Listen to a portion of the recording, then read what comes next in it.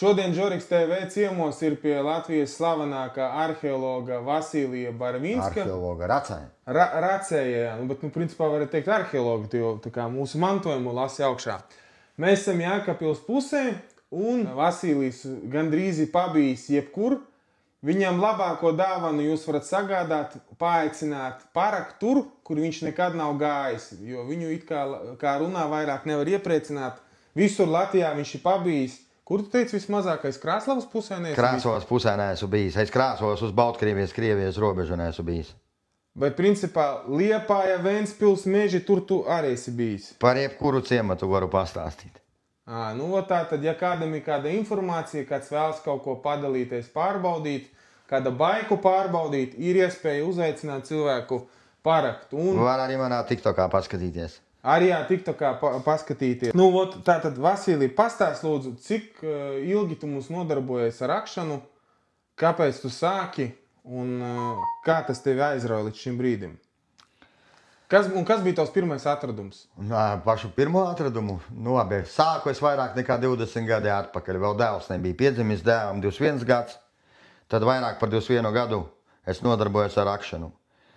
Aizrāva mani tas no bērna kājas. Man vēsture bija no bērna kājas. Es lasīju vēstures grāmatas, man interesē visi tie apsvērtie dārgumi, visi stāsti, grāmatas par arheoloģiskiem izrakumiem, par apsvērtiem dārgumiem un tā tālāk.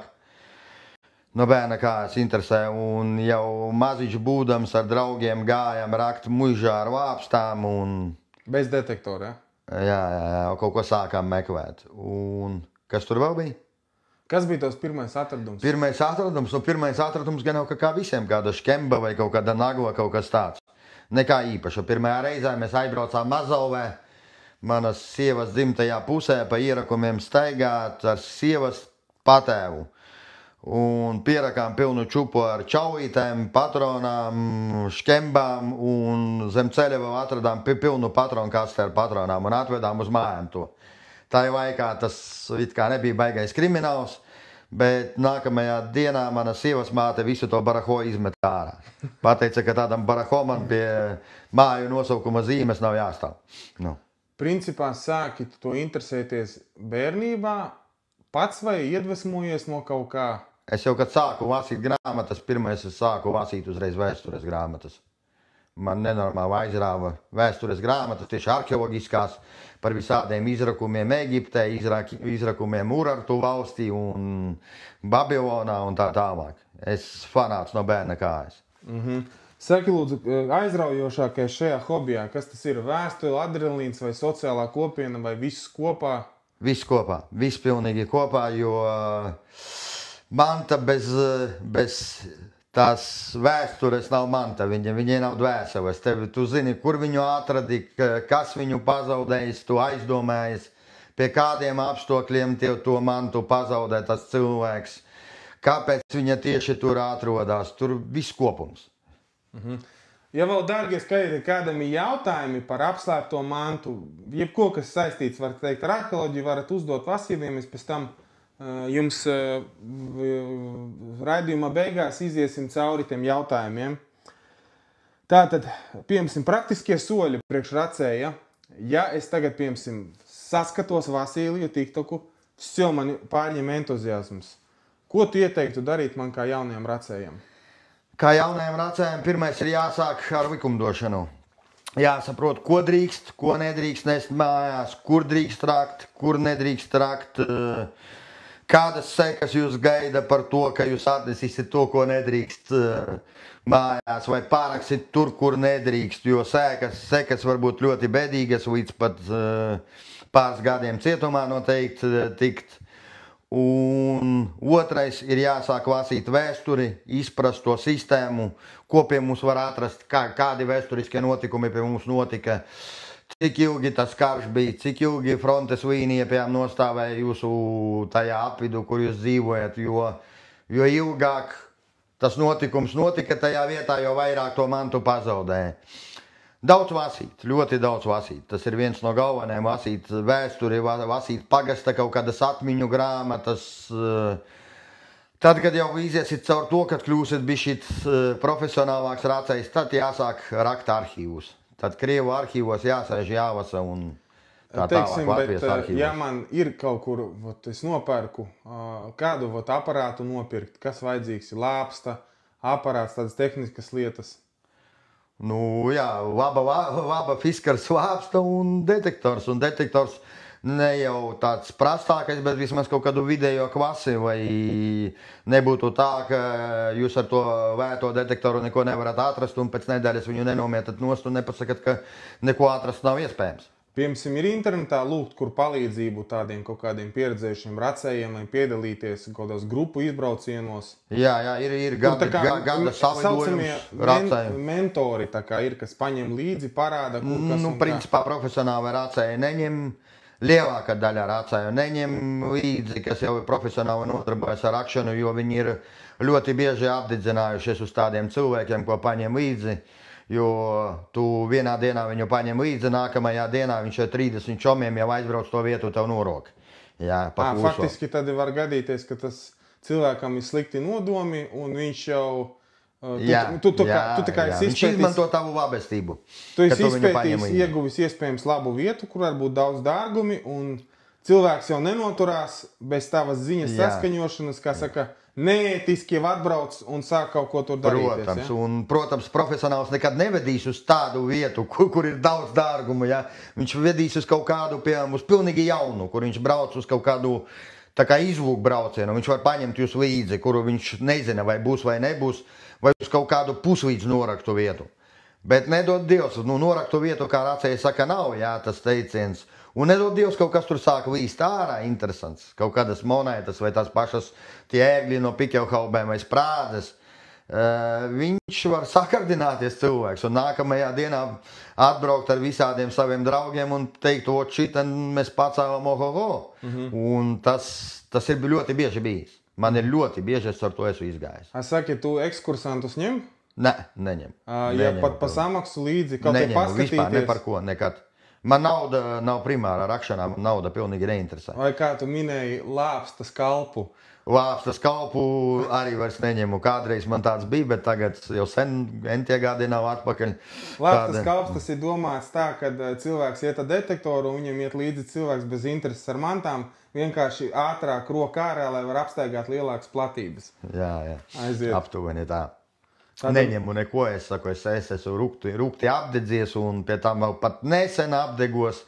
Paņēmu skolas biedru, burtiski izmācīju to rakšanas vietu, ja, un tur tiešām cilvēks bija racējs no Dieva. Es tādu savā dzīvē nebiju redzējis, kurš paņem detektoru rokās pirmo reizi un nedēļas laikā viņš izprot visu tehnoloģiju, viņš izprot, kur meklēt, viņš izprot, kā meklēt. Man neko viņam vairs nebija jārāda. Identiski detektori jums bija vai bišķi atšķirīgi? Jā, detektori identiski, jā, bet saprot, viņš izprata pat tehnoloģiju, kur tās vācuma izkastes, kur tās mājvietas uz laukiem meklēt. Viņš visu baigi, es tādu dzīvē neesmu redzējis.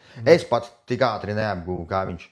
Viņš fantastiski. Saki, cik varētu izmaksāt starta komplekts jaunam racējam? Tīri plus mīnus drēbes, detektors, cik saprotam, vajadzīgs tā apavi, drēbes, lāpsta, detektors. Sākumā var pat apavu uz drēbes nepirkt neko, paņemt tās pašas darba drēbes un iet ar darba drēbēm. Es jau bieži vien tā arī daru. Es speciālu ekipējumu beigi nepērku priekš tā. Standartā, kas jau daudz maz lietots detektors, tas pats devus viens, es domāju, pa 500 eiro var nopirkt bez problēmām.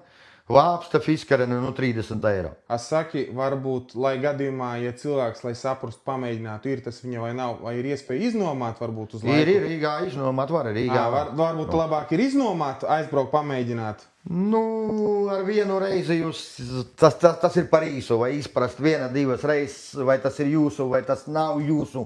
Ar to būs par maz, jebkurā gadījumā. Tomēr ir jāpastaigā pāris nedēļas, tad jūs sapratīsiet, vai tas jūs paķer. Kaut gan citus jau ar vienu reizi paķer, bet pārsvarā ne. Man vajadzēja 3 gadus, lai es saprastu, ka tas ir mans. Es jau gribēju pēc 3 gadiem atmest rakšanu nost. Man ar vienu reizi paķēra, bet ne tā, kad visu laiku kad pie Svētes upes, tur pēc baikas bija apgāzies kaut kādi rati, un patiešām ar pretīgu detektoru varēja uz monētas nāca augšā vecās.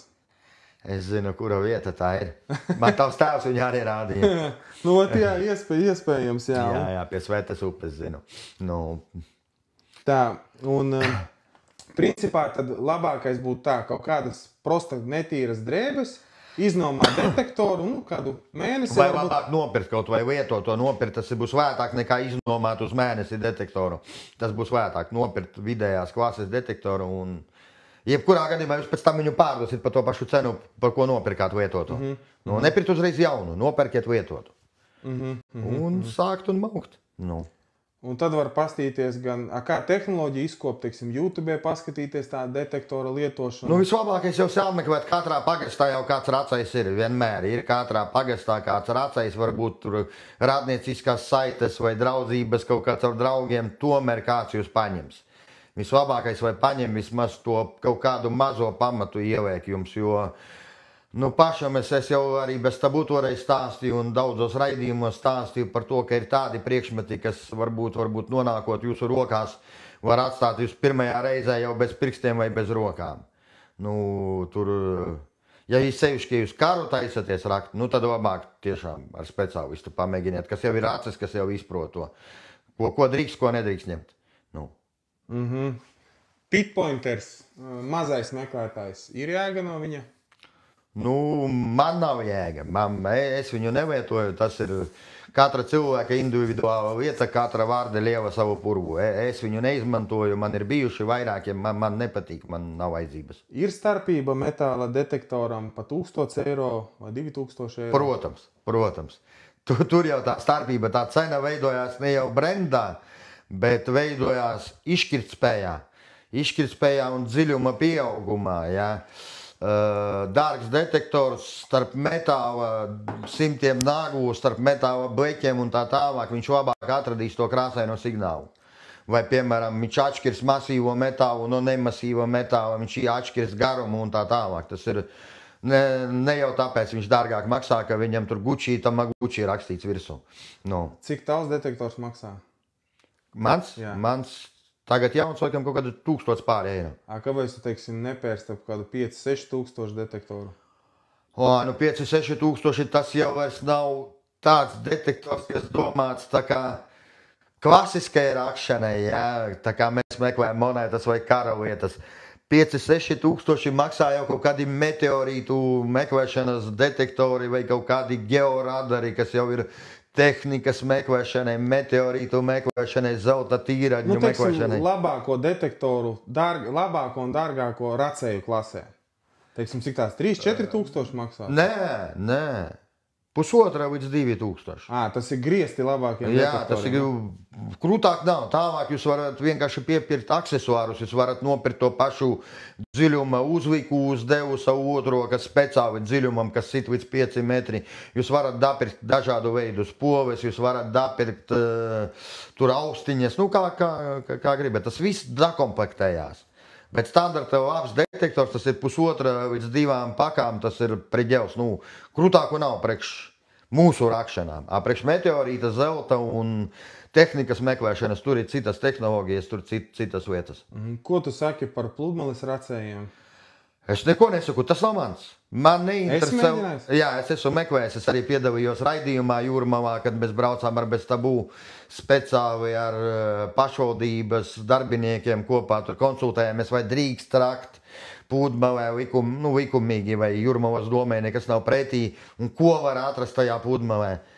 Man lieta, kurai nav vēstures, man nav interesanta. Man nav interesanti atrast mūsdienu zelta ķēdi, mūsdienu eiriķus. Tas man nesaista pilnībā. Man vajag, lai lietai būtu vēsture. Praktiski tad tur staigāt, korķīšus vākt, zobus zelta meklēt, ķēdes, telefonus. Tā ir cita racēju sadaļa, ja? Jā. Tad tev ir meži, purvi, karavietas, pļavas. Viss, kur kaut kas ir sens. Kas nav pazaudēts mūsdienās. Saki, kā ir, teiksim, ierobežojumi rakšanām pludmalēs? Zini kaut ko par to sīkāk? Vai ir pastāstīt? Pludmalē? Jā. Pludmalē Latvijā nav aizliegts rakt. Vai tas ir kā kurā pašvaldībā var aizliegt? Nē, pludmalē drīkst rakt. Bez problēmām, vispār nav aizliegts. Pa smiltīm kāpām arī kāpās? Pašā kāpu josvā, nē. Pludmales josvā, vai tā skavojama josva, tur kāpās nedrīkst. Tur jau ir cita likumdošana, jau ir kāpas, kas ir viegumā. Pa krastu smiltiņas, ka iznāca ārā pēc jūras tur rietu un rakt kaut ko uz nebaida, ja? Bez problēmām. Neviens neko nevar. Bedres ir jāizrok vai pieklājības pēc, vai var atstāt? Jā, protams. Arī jūrā rokot ir jāizrok, ar kāju jāiztum tos milšu bedrīti tomēr. Man draugs ir, kas Pudmava rokas slavenais Racais Latvijas, ir pārbraucis uz Spāniju, Karvuha, ja dzirdi čau.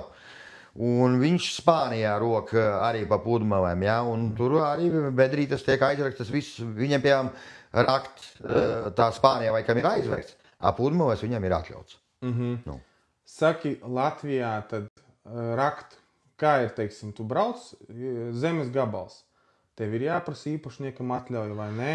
Pēc likuma ir jāprasa atļauju un nevari tu it kā nesaskaņot rakti, ja? Bet es eju roku, ja augs ir neapsets vai nav kaut kāds iekopts mauriņš, es eju roku, ja redzu kaut kādus cilvēkus blakus, es mēģinu tomēr uzzināt, kas ir īpašnieks. Ja es braucu, tā kā mēs šodien braucām, nekurienes vidū, kur māja viena pa 3 kilometri, es vienkārši eju roku. Ja atbrauc īpašnieks, mēģinu vienoties, ja triec ārā, tad triec, ja sauc policiju, vai sauc, bet vienmēr mēģina vienoties pa normālam ar cilvēku, ja kas padalīties ar atradumiem, vai, ja cilvēks pasaka, ka nē, tad vienkārši ņem un brauc prom. A kā mums ir, teiksim, valsts teritoriju? Valsts... Pieņemsim, tu konstatē, ka tu esi ienācis Latvijas valsts mežu teritorijā. Tava rīcība? Tur mana rīcība nekāda. Es vienkārši eju un roku un aizroku aiz sevis, bet tas ir, it kā Latvijas valsts meži, viņu mājas lapā ir rakstīts, ka viņi ir pret rakšanu un tā tālāk, ka tur ir skaņošanas un kaut kādi tādi absurdi. Kaut gan Latvijas valsts meži ir mūsu visu kopējais īpašums, mans, jūsu, tavs un tā tālāk. Viņi neko nevar man aizvekt, jo tas ir daļēji arī mans. Un, ja es nenodaru zaudējumus Latvijas valsts mežiem, Latvijas ekologijai vai vēl kaut ko... nesaplēs, piemēram? Kā? Piemēram, kādu koku saplēs, Jā, saplēst kokus, izcirst, tur izgāzt jaunus kociņus stādītos un tā tālāk. Pēc likuma neko no manis, viņi nevar man izdarīt, Es neko neesmu, kamēr nav rādīti zaudējumi Latvijas valsts mežiem, neko tev arī nevar izdarīt. Ja būs rādījis zaudējumus, tad būs savādāk, protams. Saki, lūdzu, kad ir labākais laiks rakšanai? Labākais laiks un sezona racējiem? Pavasaris, agrais pavasaris pēc sniega nokušanas, kā tikko atvaižās grunts. Kā zāle? Visa zāle nogūdīta, visas lapas no kokiem nost, viss nost, mežā papardes nost. Odu nav? Odu nav, ērču vēl nav, tikko sāk parādīties, briežūšu nav. Tas ir kaut kāds aprīlis? Pie mūsdienu apstākļiem tas jau ir marts, principā. Šogad marts bija. Kā tu atklāji sezonu šogad? Es šogad neaizveru sezonu. Izsniegācies? Es pēdējos gados visas ziemas esmu noracis. Tu zemi atsaldē vai certi? Ļoti reti, kad ir sasavusi zeme, bet kad sāk sasaut zeme, es eju rakt bunkurus. Es roku bunkurus, sitos cauri, tajā sasavuma kārtai un roku bunkurus. Tu esi tā kā vienu vietu, kaut kur apstrādāt cītīgi. Tā kā vieta, kur viņi dzīvojuši, tā zemnīca latviski saucamā. Un es tās zemnīcas atrodu, kur viņas daudz ir, un vienkārši viņas roku ārā. Tur var būt kaut kas interesants vai pārsvarā? Protams, ka var būt. Protams, tāpēc arī roka.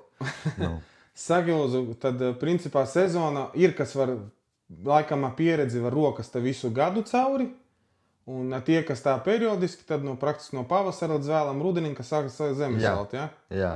Arī profesionālis nevar rakt -27 grādos. Kad jau zeme aizsaust vairāk par 5-7 centimetri, tad ir viss, tad arī mums beidzās sezona. Bet, piemēram, citur viņa var aizsaut 5-7, bet tu atrodi, kur lielāka sūna un tā tālāk. Tu meklē mežu, kur mazāk sasavums vienmēr. Principā, ja gribēsi, varēsi rakties arī visu gadu. Jā, es -27 grādos esmu racis. Saki, ir tādi reizes, kad, kā, piemēram, tu teiktu, ir bieži, kad aizbrauc, nebieži aizbrauc un ir saucamais tuhļaks. kad vispār gan nekas nenāk augšā? Protams. Bieži gadās tā vai? Katru gadu ar vien biežāk un biežāk. Pat profesionāliem, kas zina vietas, kas zina visu tehnoloģiju, visu ar vien biežāk un biežāk gadās. Tas ir sekas to, kad ir konkurence, daudz cilvēki to dara, ārzemnieki? Ne tikai konkurence, protams, ārzemnieki un tā tālāk, un katrā pagastā ir pa 10 racējiem, jā, bet arī tas, ka jauna pieveduma nav. Tā zeme būs atdevusi savu jau gandrīz visu. Paliek tikai tādās vietās, kur tu netiec klāt, kaut kādās apdzīvoto ciematu centros, kur racējs tiek tikai tad, kad tu ēku nojauc. Un tev atļauj zemes īpašnieks, kas nojaucis ēku un noiet ar detektoru. Ja, lauki, meži, visi ir pārsteigāti un nerakstu vietu Latvijā nav. Saka, man vēl te bija viens cilvēks jautāja, pilsētas teritorijā ir kādi ierobežojumi rakt? Nu, pilsētas teritorijā pirmām kārtām tas viss ir privāti. Kam zemi pieder un tad jāprasa. Jā. Ja teiksim, kods parks, nedrīkst, kur kāds, teiksim, suni izved pakakāt un tu paro. Nedrīkst. Tev ir jāprasa pilsētas administrācijai. Mums bija nesen gadījums, viena sieviete pazaudēja gredzenu filmēšanas laikā parkā, ja, un mēs braucām uz Krūspils to administrāciju un sarunājām atļauju, ka viņi mums atļāva pameklēt to gredzenu pa parku ar tādu norunu, ka mēs nerokamies zemē iekšā.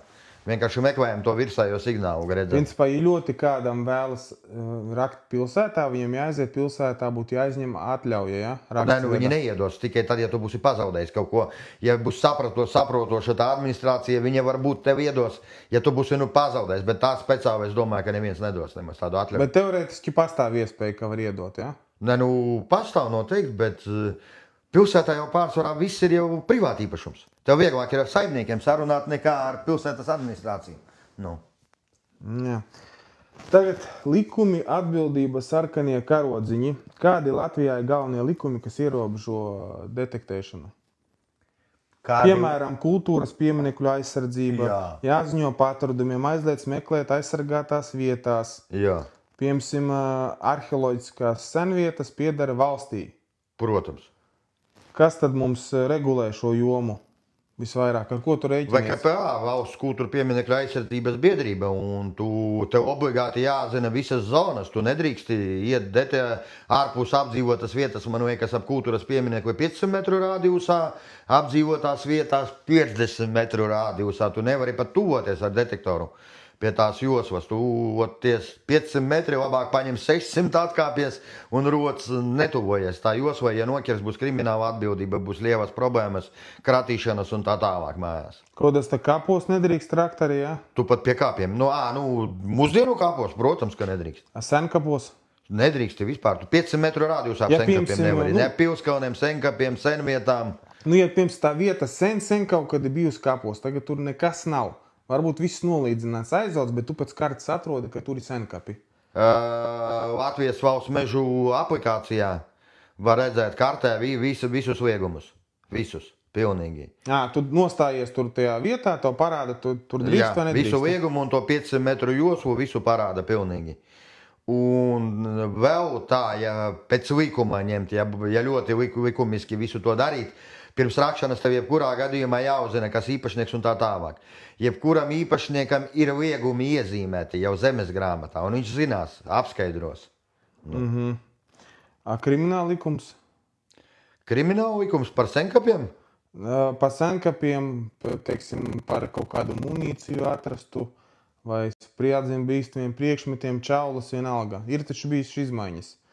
Tagad agrāk taču varēja, piemēram, tur kaut kāds čaulas turēt vēl kaut ko. Tagad, laikam, to nedrīkst darīt. Kā tagad ir? Tā kā es esmu cilvēks, kuru 4 reizes ir krātījuši, varu pateikt tā, ka pat es nespēju izsekot vairs tiem likumiem. Ja vienā krātīšanā, piemēram, misiņa čaulītes no karabīnēm, man stāvēja 100 kg pa ziemu sarakti vai nodot metālā, man neizņēma ārā. Nākamajā gadā krātīšanā man izņēma ārā un aizsūtīja uz ekspertīzi. Līdz šim laikam es gaidu ekspertīzes svētdienu. Viņi katru čaulīti iet cauri? Viņi katru čaulīti iet cauri, ka tik ilgi jāgaida ekspertīzi? Es nezinu, kas tur iet. 70 čaulītes izņēma ārā. no 80 kilogramiem tika izvasīti aptuveni 70 labākas čauvītes uz ekspertīzi, jā. Un vēl ir jāatcerās to, es vienmēr ņēmu tikai tukšas čauvītes, jā. Un jāatcerās to, ka tajā tukšajā čauvītē, kas liekas, tur zeme ir sakritusi iekšā, jā. Un jūs, piemēram, paņemat ar to zemi, pakratat, zeme nekrīt ārā. Pie jums mājās nostāvot mēnesi tā čauvīta, viņa izskaust. Un kad policija atnāk pie jums ar krātīšanu un sāk krātīt tas čauvītas ārā, izrādās, ka tur bija izskautis pulveris. Un to pulveri jūs pēc likuma glabāt nevarat. Tas nekas, ka viņa bija tajā izraktajā čauvītē, un viņi pasēdēja 2 stundas un pakratīja to pulveri ārā no tām čauvītēm, kas bija ar dubļiem aizlipušas. Un arī uz ekspertīzi pulveris tika aizsūtīts. Un principā var automātiski samēstarot pantu, ja? Jā.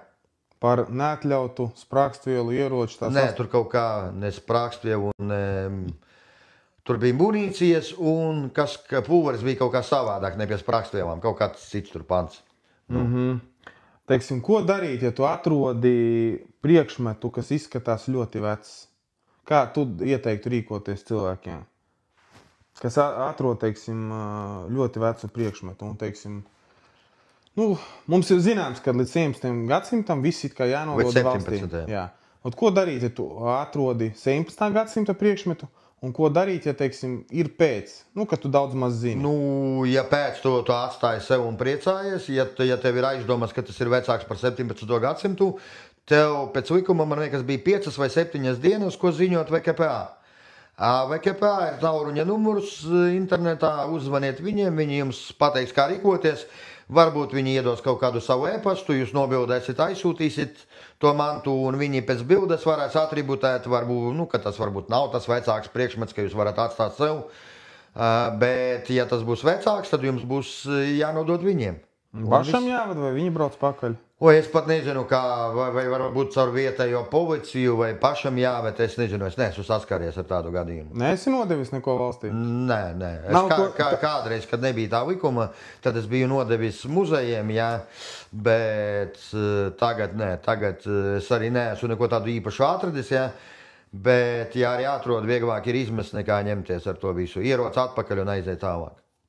Vai guļ tas priekšmets gaida? Tagad apmēram likumdošana izveidota tā, ka labāk ir atstāt nekā iet, ņemties un čakarēties. Tieši tā. Ka tas nav izdevīgi cilvēkiem sataisīt.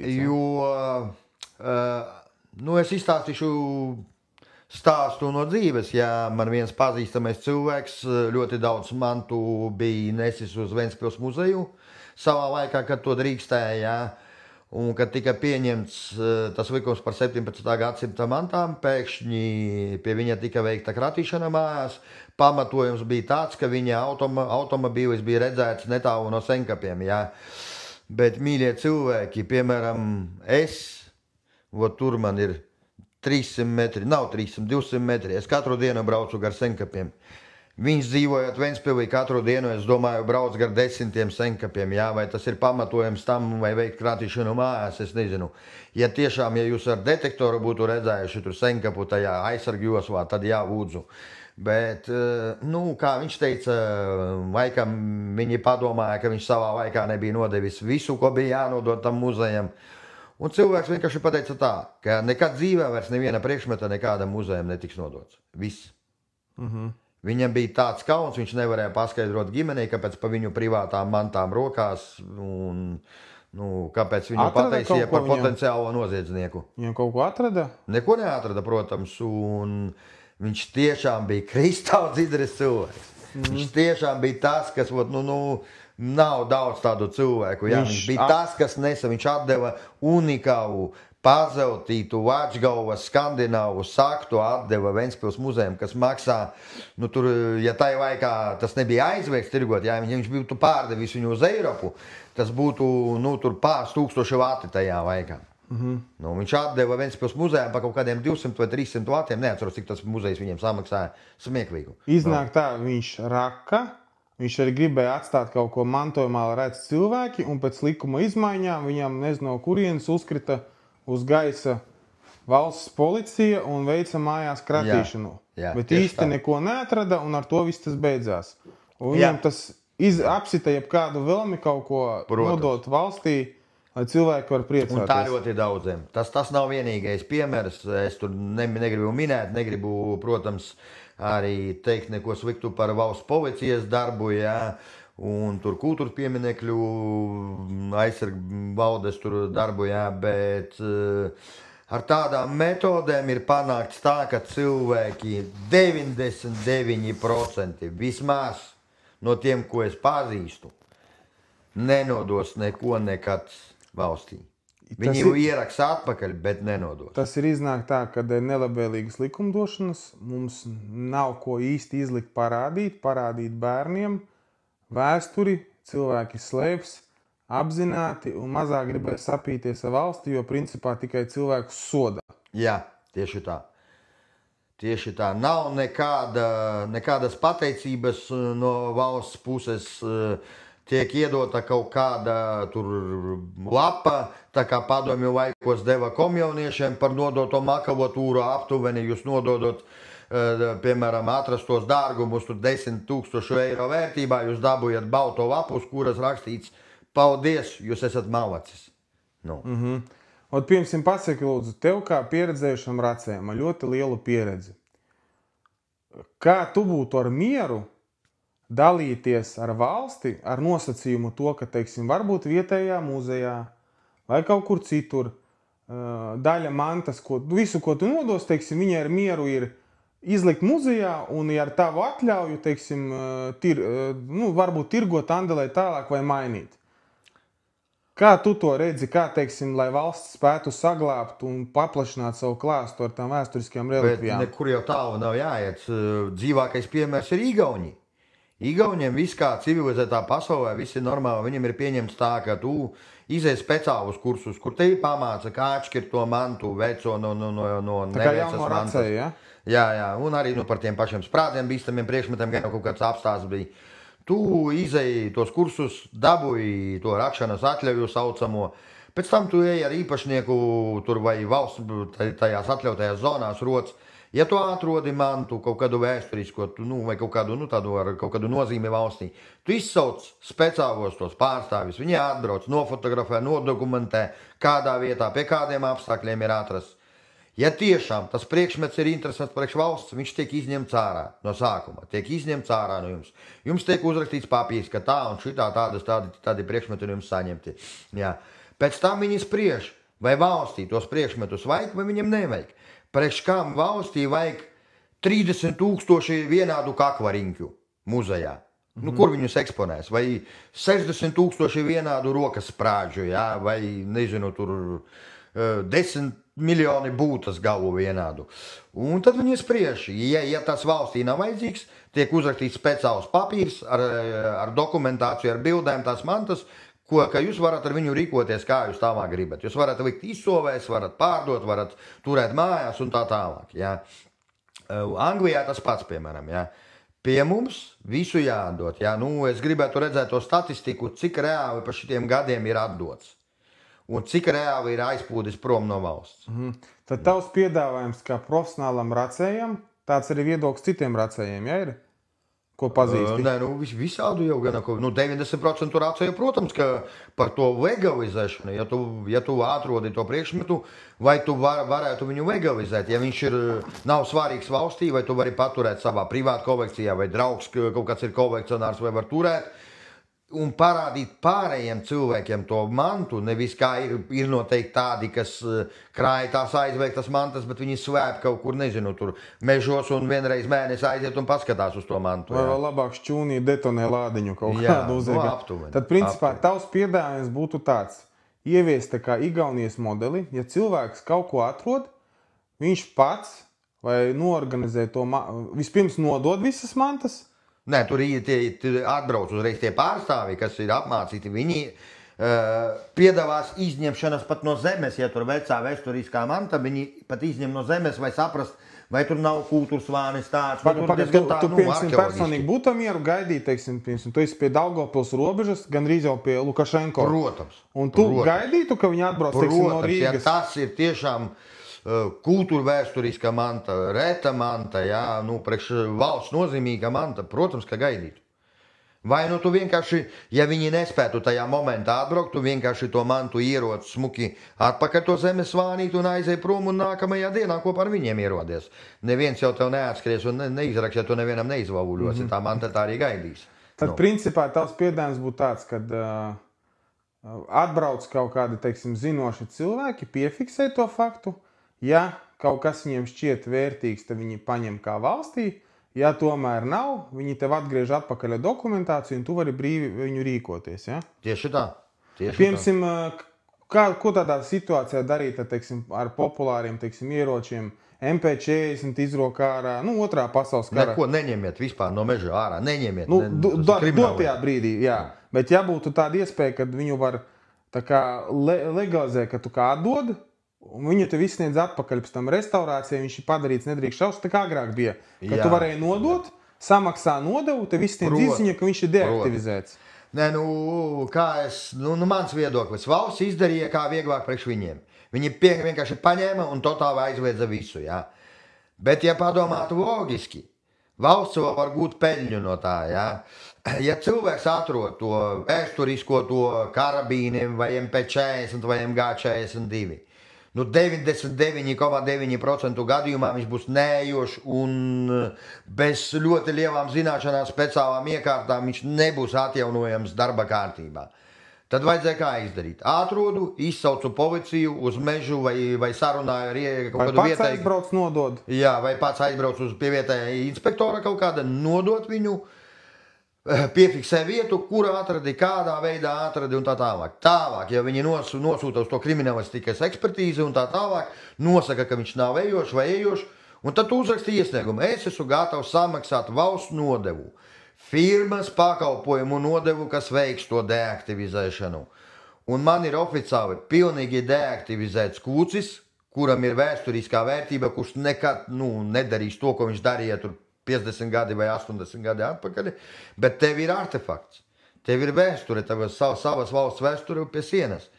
Un valstī labi, nodeva, firmai labi, firma gūst peļņu, ir darba vietas cilvēkiem, jā, kas to dara, un mums labi. Un mēs oficiāli turam to mājās bez problēmām, nevis drebam un kratamies, jo, saprotiet, ir jau tā valsti uztaisīts, ka pat viņi iedeva nevis tikai ierocis, viņi iedeva jau pa daļām. Un nedod Dievs, tu nezinātais, paņemsi... Pa ieroča sastāvdaļām. Jā, tu paņemsi belzni izraksti, un tu nezināsi, tu neesi saskaries ar tādu belzni, jā. Tu nezini, kā viņš izskatās, tā ir vienkārši ādatiņa, tāda dzels, jā. Un viņi atrod pie jums to belzni, jums ir kriminālies. Būtiskā ieroču sastāvdaļas glabāšana. Bet jūs to nezinot, esat izdarījis. Bet Latvijā nezināšana neatbrīvo no atbildības. Bet tīri, ir tev nojausma, cik varētu maksāt, labi, pie mums ir vēl, es redzēju tirgošanā, deaktivizēts, atjaunots MP40, vai arī pasaukt cenas, teiksim, ar deaktivizācijas certifikātu, kas vēl ir apritē. Amerikā un Eiropā, jā, tas pats MP40, labi, viņš ir bērniņu stāvokli, tur deaktivizēts, tur aktos vai kam reti var ieraudzīt. Bet tie ir 1000 eiro. Tie ir 1000 eiro. Tur pat labs rakts MP40, es domāju, ka Eiropā ietu tur 1500 eiro. MG tur 3-4 varētu 2-3 tūkstoši maksāt. Izrakts atjaunots un tāda cena viņam varētu būt. Ja? Jā. Tas nozīmē, ka arī cilvēki ne tikai viņi var arī nopelnīt, plus saglabāt. Jā. Vēsturisko vērtību un arī gūt papildus ienākumus paši. Nodarbojoties ar to meklēšanu, par kuriem tiks samaksāti nodokļi, nodevas un tā tālāk. Visu darīt to legāli. Nevis svāpstīties un piedzīvot krātīšanos. Racēji bieži vien arī atrod dažāda veida sprākstvielas. Pareizi mums ir dara tā, ka es zinu, ka pieredzējušākie racieri, ja viņi tur daudz tajā vietā ir, viņi saliek vienā čupiņā, atzīmē lokāciju, aplikācijā, kur tās sprākstvielas agri vai vēl sapiera atbrauc un iznīcina viņus. Tieši tā. Tagad ir uztaisīts cilvēciski, ka tu vari to telefonā izdarīt, jā. Kādreiz bija krietni sarežģītāk, tev, piemēram, rokoties kaut kādās Vārdes pagastā, kur nav zonas, tev bija aptuveni jāsazvana policiju, policija sazvanīja sapierus, tad, kamēr tu izskaidroji, kurā meža galā tur 30 km radiusā gandrīz ceļu normāli nebija, kamēr viņi atbrauc, kamēr viņi tevi atrod, kamēr viņi to vārdiņu konstatē. Tur, karoči, visa diena bija beigta. Tā laikā bija vieglāk vienkārši to iemest atpakaļ bedrē un aiziet prom, jā. Nekā sabojāt savu dienu. Jo iznāk tagad viss ir ļoti civilizēti. Jo iznāk, ka tagad racēji ar tās aplikācijas palīdzību arī veicina tā kā daļai zemes attīrīšanu un deaktivizāciju. Tieši tā, ļoti veicina. Nu. Bet, cik arī saprotu, tādi, teiksim, atjaunot ieroči, zobeni, tas ir diezgan liels tirgus un arī tas diezgan apgroza lielus līdzekļus, kur cilvēki var gan nopelnīt, gan arī pārdot, spekulēt, ka tā ir arī ekonomikas daļa. Nē, bet, protams, tas ir tikpat labi darbs antikvariātiem, kas varētu to uzpirkt. Darbs cilvēkiem, kuri varētu varbūt kaut kādā eBay vietnē tirgot tās mantas un atkal legāli maksāt nodokļus valstī, kad ienāk tev bankas kartē tā nauda. Ja? Tā ir tīrāka ekonomika. Piemēram, tad varētu arī paplašināties tādi pasākumi, kā kāda rekonstrukcija kauju izspēlēšana ar oriģināliem artefaktiem. Nē, rekonstrukcija ir drusku savādāk. Piemēram, izmantot rekonstrukcijās tādus... Neizmanto, jo tie rāktie dzauži, tas tikai mūsu, nezinu... Politiķu galvās ir. Politiķu galvā ir tie, ko var pagriezt pret... Viņiem, jā? Jā, reāli neviens rekonstruktors nekad nepērk nekādu rakto. Viņi visu nopērk jau no noliktavām, jo Vācijas un tai pašā mūsu bijušo kaimiņu austrumzemju noliktavās līdz šim laikam ir desmitiem, simtiem tūkstošu to kara laiku ieroču, kuri ir eļļā un kurus var nopirkt no turienes ar visiem deaktivizācijas, ar tiem pareiziem savūtu ieroču certifikātiem un tā tālāk. Tad visi, principā, kas ir nākuši no zemes izraktie priekšmeti, kuri karājās pie sienas. Viņi der tikai vienīgi praktiski izstādēm un kaut kā... Nē, 1% vai kaut kāda procentu daļa pie ļoti lielām zelta rokām cilvēka, kurš tiešām ir baigais, tur metāla kāvējs, metāla strādnieks, kuram ir kaut kādas virpas, kas pusautomāti metināšanas, kas var, tur jābūt baigām gēnijam vai no rūsekļa uztaisīt ejošo lietu. Un otrām kārtām, kurš no viņa mēģinās šaut? Kurš mēģinās viņu iedarbināt, ja garantija, ka viņš tev rokās nejobņīs, ir nulta. Principā, papētot statistiku no kaut kādiem aizvēsturiskiem ieročiem, man liekas, ka varbūt 0,01 vai 2–3% ir izdarīt noziegumu. Praktiski ļoti maz. Protams. Kā teicu, tur vajadzīgi speciālisti ir tam, lai vispār to varētu izdarīt. Saki, lūdzu, kas agrāk melnais arheologs praktiski skaitījās cilvēks, kas staigā metāla detektoru. Tagad tas jau nav vairāk tā. Tur ģimenes staigā, pavada laiku. Kā tu tagad definētu, kas ir melnais arheologs? Ko tieši definēt? Kas tagad būtu melnais arheologs tavā izpratnē? Agrāk tie bija cilvēki, kas staigā ar detektoriem. Tagad jau ģimenes veselas pavada laiku ar to kopā. Protams, bet saprot, jebkurā gadījumā... Kas tas būtu melnais arheologs tagad? Jebkurā gadījumā valsts vai valsts amatpersonas visus rācējus, kuri nesastāv kaut kādā rakšanas organizācijā, to rācēju organizācijās, kas ir, viņi visus rācējus uzskata tāpat par melniem arheologiem, melniem rācējiem. Jebkurā gadījumā. Vai tur rokmeitene ar savu bērnu, vai tur ģimene roka vai kas. Mēs visi esam viņu acīs melnie, jā.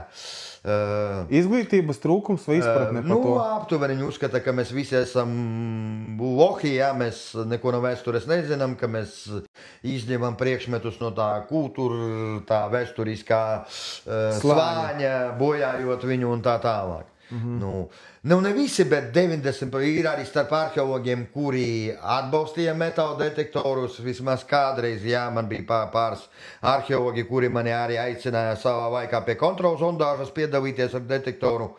Kaut gan viņi tagad paši jau sapirkušies laikam detektorus, bet paskatieties Lietuvā, piemēram, es skatos video, jā, Facebookā, Akmeņas istorijas grupa saucās laikam, un tur tādi metāla detektori brauc ar oficiāliem arheologiem un izpēta lievas platības, palīdz izpētīt lievas platības, atrast nezināmos senkapus, atrast depozītus. Tagad es redzēju unikālo depozītu, bija viņi atraduši ar sudraba stieņiem un krustnešu monētām. Tas viss tādi melnie, kas apvienojās visā. Tas iznāk apmēram kopumā. Tā, kad valsts arheologi sauc palīgā arheologus, citus racējus. Brauciet, ejam palīgā, papētīsim, kas mums tur un tur darās. Tieši tā. Un savā laikā man viens pazīstamais arheologs, es, protams, neminēšu, vai viņu neapceļ un tā tālāk, tā arheoloģiskā sabiedrība. Viņam bija doma atrast Durbes kaujas vietu, bet tā kā tā vieta nav lokalizēta, tikai ir tās kronikas minēts, ka pie Durbes ezera, viņam bija doma tāda, ka salasīt kaut kādu lielu salidojumu ar visiem tur Latvijas racējiem, kuri grib piedalīties, sarunāt ar zemes īpašniekiem, tas atļaujas. Un iet pa tiem laukiem un mēģināt atrast to kaujas vietu, jo man liekas, līdz šim laikam Latvijā nav zināma neviena precīzi tā laika tur zemgaļu kuršu kauju vieta precīzi, kas notika starp Livonijas ordeni un zemgaļiem un tur kuršiem un tā tālāk. Tikai nostāsti, bet īsti neviens nav varējis atrast, ja? Es domāju, ka jā, protams. Ko tu, piemēram, saki, kāda tev sadarbība ir ar muzejiem? Ir kaut kāda uz doto brīdi? Tagad jau tādas sadarbības nav. Vienīgi, ko es aizēju uz pašvaldības, mums te ir viesīta pašvaldības muzejs. Es 2 gadi atpakaļ pēdējo reizi viņam aiznesu visādas lietas, kas tādas vecās grāmatas, kaut ko tur neatceros. Viņi uztaisīja stendu tur Vasilijs? Nē, tur nekā nav. Protams, ne Vasilijs, ne Pieķa, ne Vaņa. Tur nekā nav. Tavus izraktās mantas var internetā apskatīties? Manas izrakstas mantas var apskatīties manā TikTok grupā, var redzēt, ko es, protams, roku pa brīvdienām, Tā kaut kur kādā muzejā, novadā kaut kur nav, ciemā? Tur jau nekad nebūs rakstīts, ka tu esi nodevis vai Jānis vai Pēteris. Tur vienkārši stāvēs mantu kopums, par kurām... Tu zini, kā teiksim, ka mums no Amerikas latvieši dažkārt tur novēl, uzraksta, kad tur pateicībā no tāda viņa tur mantas nodots muzejām. Tā mantām ir jābūt. Vai mums vēl nemāk pateikties? Mežonīgi unikālām noteikti, vai tādu pateicību saņemt, vai tā uzrakstītu. Tas nebūs kaut kādu, jūs atdosit kaut kādu saktu vai kaut kādu tur karabīnu un jums uzrakstīs, ka tieši jūs esat atraduši. Jā. Ir Amerikā viens privāts muzejs, kas pieder vienam Amerikas profesoram, paleontologam, bet viņam ir muzejs tieši par Pirmo, Otro pasaules karu. Tajā muzejā 70% mantu ir manis atrastās mantas. Taisnība. Saki, piemēram, es kaut ko atrodu vērtīgu tur Omis bēniņos. Es parādīšu. Reku, man ir grāmata no tā cilvēka no Amerikas atsūtīta, ko viņš man uzdāvināja par pateicību. Tu arī pie kameras pielikt parādīt. Pastīsimies, varbūt varēs redzēt. Steven Nikvas Memories of Lost Generation par Otro pasaules karu. Vienīgi viņa tā man bija šit ieplīsusi, bet kaut kur bija viņam autografs, reku pierādījums. Tu was thank for all the amazing relics. Pasties, tuvāk varbūt pielikt var. Nē, tur pie tās. Tā. Lai tu vari redzēt, pats pastīties kā. Redz, tā. Vācu kara vēstules. Tas ir Otrā pasaules kara, ja? Karoči, kaut kā tā. Jā. Tas ir par to, ka es viņam tik daudz relikviju esmu muzejam. Vieglāk ir sadarboties ar amerikāņu muzejiem vai kaut kādiem vācu kolekcionāriem un uzdāvināt viņiem, un vismaz tu zini, ka tev netiks uzsūtīta kratīšana, ka tu nebūsi padarīts par kaut kādu grekazi, kapraci un tā tālāk. Principā tagad dēļ mūsu valsts politikas visu racējiem ir labāk izdevīgāk slēpt un kaut kur vest prom uz ārzemēm. Jā. Diemžēl. Uz vēlēšanām Saeimas atcerieties to, ko mums tagad pašreizējā likumdošana spiež nost cilvēks. Tā, vari, principā, ja tu nestrādātu, cik savu tu lietas bruģi, ja tu nestrādātu, principā tu raktu katru dienu, ja? Jā, bet ar to izdzīvot nav iespējams. Tas nav tā kā peļņas variants. Šajos laikos gadus 10 atpakaļ varēja izdzīvot ar rakšanu, jā.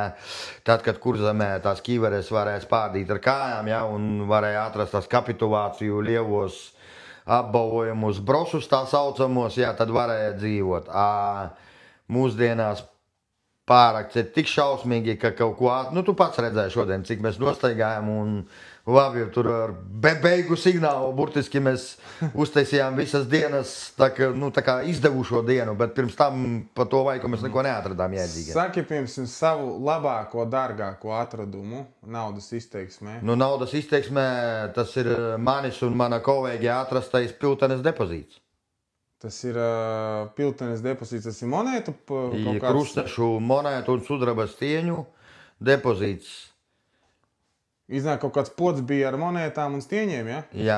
Jā.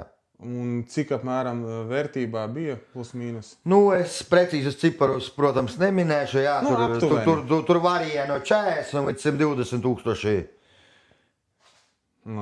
Diezgan labi. Saki, piemēram, cik šitāda Pikelhaube vācu virsnieka Pirmā pasaules kara cepure tāda varētu iet? Visa cepure? Jā. Nu, labā stāvokļa šitā gan jau kādi 7 sotaki gan jau. Un, piemēram, tā nesen izraktā Pikelhaube? Nu, viņa ir vērtīgāka gandrīz par to, jo viņa ir erzats modelis, kara beigās ražota no metāla. Viņa ir retāka par to. Viņu maz ir salīdzinoša. Bet tādā stāvoklī kaut kur kādam amerikānim pa kādi $300 varētu pārdot. Pat vairāk varbūt. Nu. Pirms tādas sprādzes, kas tāds izplatītākais racēja vidū, pirms cara laika krievu sprādze, cik tāda?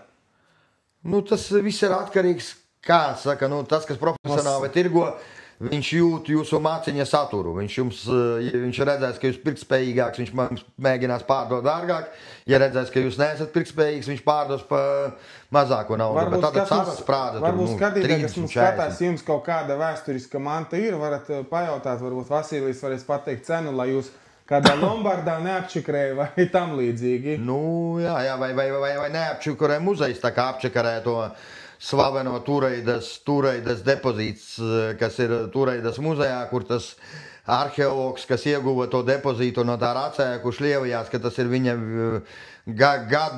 dzīves, tā kā atradums, dzīves izdevušākais darījums, ka viņš piečakarējot to racēju, samaksājot viņam 800 lati tajā laikā par depozītu, kas ir 30, 40, 50 tūkstoši latu vērts. Un cilvēks reāli bija iesācējis racējs, viņš nezināja, viņš nopirka pirmo detektoru un uzreiz atrada depozītu. Un viņš kā likuma paklausīgs cilvēks. Tai laikā varēja pat nenest uz muzeju, tai laikā tas nebija aizvest. Viņš aiznesa uz muzeju un viņi viņam loham piedāvāja 800 lati. Viņš, protams, jau nezināja viņu vērtību, jo viņš reāli cilvēks nesaprata. Un viņš atdeva to depozītu pa 800 lati. Reāla vērtība no 30 un uz augšu tūkstoši latu. Un tagad tas arheologs lievās ar to, ka viņš ir piečakarējis racēju. Tas taču ir absurds. Mantas palika muzejā vai kaut kur izpārdā? Nē, ir muzejā stāv, viss nav tomēr aizlaists. Ir arī rakstīts, kas ir atradējis, viss tur ir pa zolīdu noformēts, bet vai samaksājot tam atradējām neadekvātu cenu, piemānot viņu, vai tas ir normāli, es nezinu. Civilizētā valstī viņi novērtē vērtību un tad piedāvā vienoties. Viņiem novērtētu tirgus vērtību, aukcionu izsolēs, apskatītos vidējo to cenu diapazonu un samaksātu reālo vērtību. Pie mums tevi piečakarē un ar to lievās, ka tevi ir piečakarējuši. Vai tas ir normāli, es nezinu, bet civilizētā pasaulē jūs gaidītu tiesas darbi. Cilvēks apjēdzot pēc tam reālo vērtību, viņš padot uz jums tiesā un viņš to tiesu vienmēr. Diemžēl Latvija mums pagaidām tā bija. Saki, piemēram, tādas interesantas lietas cilvēkiem, kas interesē acīm lielas. Ir dzirdēts, ka tu esi lidmašīnu izracis purvā? Es lidmašīnu krišanas vietas zinu ļoti daudz. Un pirmo lidmašīnu, ko savā dzīvē izdomāju rakt, protams, es saskaņoju ar saimnieku. Saimnieks zirņos bija zirņi, tie bija ļoti forši. Pie Saudus, jā? Jā, pie Saudus, jā. Skrundu un Saudu, jā. Un viņš mums forši pretim nākoši bija un mums palīdzēja, ja viņš mums skatās sveicieni, cepuri no saimniekam.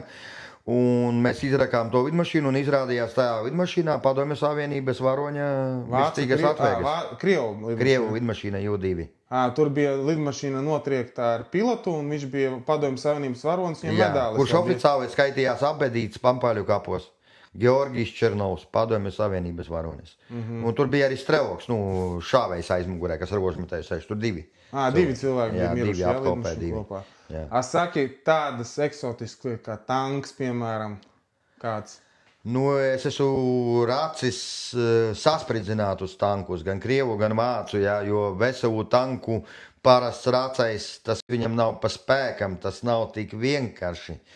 Un arī atrodot viņu, jūs to neizdarīsiet pa kūso vai kā. Jūs nevarat viņu izrakt un nolikt savā pagalmā vai šķūnī nosvērt. Jo tur būs, tā ir liela nauda, tur būs iemaisīti lieli cilvēki, tur būs lielas problēmas un tā tālāk. Esi dzirdējis, ka kāds Latvijā Ne, es pats esmu atradis gandrīz veselu tanku, parādīju to vietu tiem cilvēkiem, kas nodarbojās ar to tanku. Tur bija Zverabojs, Samahotkas uz 125 vai kā viņi tur saucās. 152 pašgāja lielgabals. Jā. Un, karoči, viņi iesāka rakt, bet visu, ko viņi varēja nocelt, viņi nocēla no tā Samahotkas, bet saimnieks neļāva zāgiet mežu, jo tur bija jādzen iekšā tehniku. Lai izceltu. Jā, tur tāda masa, ka tur Gribu teikt, viņu vēl var izvilkt ārā?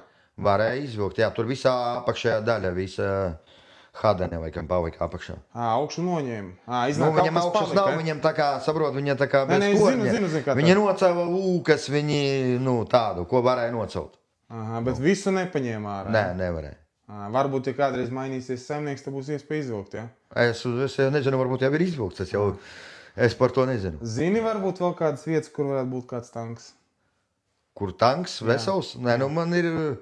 Es pasakām neticu, es nostāstiem neticu, es tikai uz faktiem, uz arhīva dotajiem un tā tālāk vairāk vados, jā, bet ir viens stāsts, ko es dzirdēju savā laikā Zvārdē rokot, un es tur raku gadus 15 no vietas Zvārdē, es tur zināju katru iedzīvotāju, un katrs iedzīvotājs zināja mani, jā. Un tur ir viens stāsts, ko pat oficiālajie racēji bija meklējuši to tanku. Un vairāki cilvēki saka citu vietu, un ir, nevis tur, kur meklēja. Un es sapratu, man parādīja ar pirkstu, ka viņš tajā čets tur ir, bet tas nav mana tematika, es ar to nenodarbojos.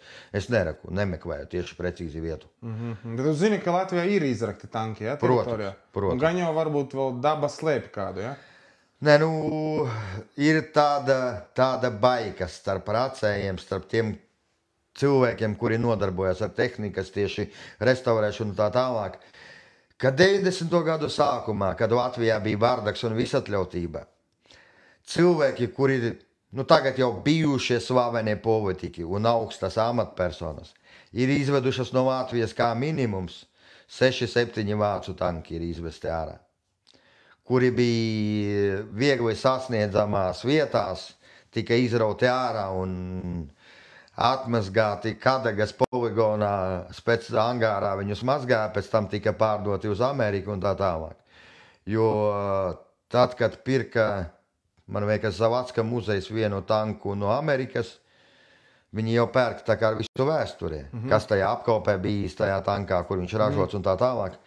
It kā tas tanks viens figurē, ka viņš 90. gadu sākumā izvest no mums, no Latvijas. Uz Ameriku un pēc tam no Amerikas atnāk. Es nezinu, varbūt tas ir baigas, bet tā visi runā. Bet kaut kas varētu, jā, mums vēl būt. Bet, protams, zinot, kādas kaujas notika Latvijas teritorijā un cik tehnikas tika iznīcināts, es domāju, ka tur neviens aizgāja. Bet gadiem ejot, zemē veidojas jauni slāņi un paliek jau varbūt grūtāk un grūtāk kaut ko atrast dziļāk. Vai tomēr sūc ārā visu? Tas jau ir atkarīgs, vai tas ir mežs, vai tas ir lauks. Vienā vietā otrādāk stumj ārā, otrā vietā varbūt tas kaut kāds pieaugums notiek, jā. Bet te pašā mežā, tur pa 100 gadiem kāds pieaugums, 3 centimetri tās lapas dod pieaugumu, vai 4, 5 tā grunts. Tas ir skatoties no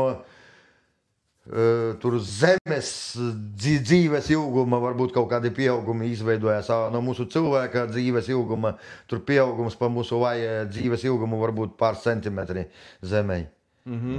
Saki, lūdzu, mums tā kā Eiropas Savienībai vaļā, es no tevis saprotu, mums arī ļoti daudz ārzemnieku brauc roku, un neviens viņus īsti pat nekontrolē vai nevar izkontrolēt pat. Protams, ka neviens nekontrolē. Mums jau nav tāda kontrolējušas institūcijas.